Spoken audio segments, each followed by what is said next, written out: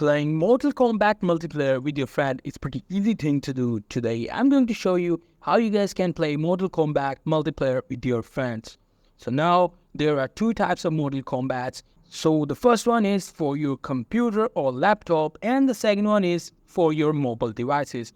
Now first we're going to talk about the computer versions. So in computer version you just have to download Steam, and in Steam you just have to search for Mortal Kombat and you can go to the desired game. You just have to add your date of birth and view page. And what you have to do is you simply have to buy the game. After buying the game, you just need to add your friend in your Steam.